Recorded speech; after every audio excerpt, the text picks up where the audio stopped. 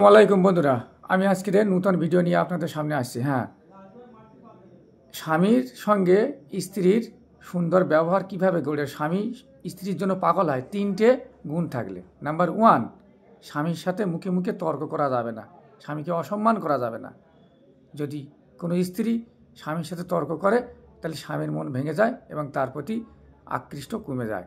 কারণ যে মহিলা চুপচাপ থাকে, স্বামীর কথা যত রকম খারাপ ভালো মন্দ বলুক না, চুপচাপ থাকে, তার প্রতি মায়া হয়, মায়া বেড়ে যায় সেই স্ত্রীর প্রতি। কিন্তু যে নারী সামনাসামনি তর্কতর্কি করে, কথার উত্তর দেয়, সেই নারীর প্রতি তাদের সেই মহব্বত ভালোবাসা কমে যায়।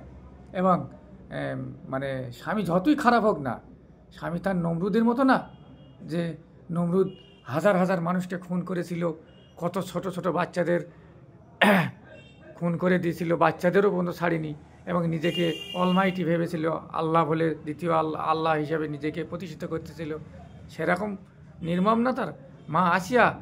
তার স্বামীর এত বদমায়ের স্বামী ছিল, এত বিশ্বের মধ্যে সবচেয়ে খারাপ স্বামী ছিল, তবুও মা আসিয়া দুনিয়া থেকে হাসতে হাসতে বিদায় নিয়েছিল। হ্যাঁ বন্ধুরা, আপনারা কি করছেন? স্বামীর সাথে দুর্ব্যবহার করছেন, খারাপ ব্যবহার করছেন। আপনারা জানেন না স্বামী আপনার জন্য ঢাল। এই ঢাল যতক্ষণ থাকবে, আপনি যাই করেন আপনার কাছে ঢালের মতো চলে যাবে। খারাপ ভালো হোক কোনো ব্যাপার নেই, কিন্তু আপনার কাছে ঢালের মতো ব্যবহার করবে। তাই স্বামীকে সম্মান করতে শিখুন। আপনি স্বামীর সাথে দুর্ব্যবহার করবেন, স্বামীর কাছ থেকে ছেড়ে দেখেন কত খারাপ লোক প্রপোজ করবে আপনাকে নিয়ে সমাজ খারাপ চোখে দেখবে। আপনার বাপের বাড়ির লোক বলুন আর শ্বশুর বাড়ির লোক বলুন, সবাই আপনাকে খারাপ চোখে নিন্দনীয়ভাবে সমালোচনা করবে আপনাকে। তাই সামঞ্জস্য মেনে চলতে হবে আপনাকে।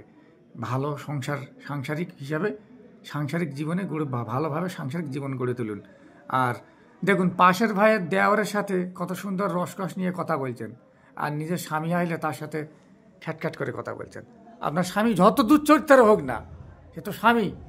এই স্বামীর সাথে ভালো ব্যবহার আনুন, আল্লাহর কাছে মোনাজাত করুন, নামাজ পড়ুন, নফল নামাজে তার জন্য ভালো করুন, সে নিশ্চয়ই ভালো হয়ে যাবে। আর আপনারা অবশ্যই শান্ত থাকবেন, স্বামীর মুখের উপরে কোনো কটূক্তি বা কোনো জবাব দেবেন না। যে নারী যত শান্ত, তার স্বামী তত তার জন্য পাগল হয়ে যাবে, এটা মনে রাখবেন বন্ধুরা। নাম্বার 2 হচ্ছে নামাজি মহিলা, নামাজি স্ত্রী।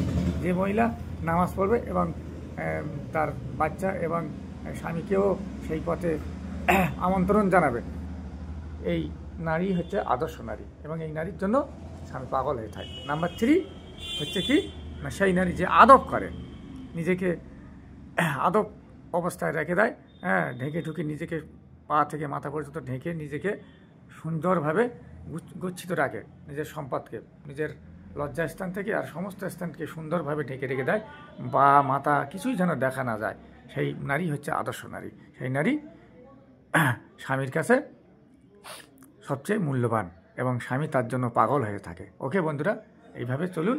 আর মা বোনেরা, এই ভিডিওটা সবার কাছে পৌঁছে দিন যত তাড়াতাড়ি পারেন। একদম অবহেলা করবেন না, স্বামীকে আপনারা ভুল বুঝবেন না। ওকে।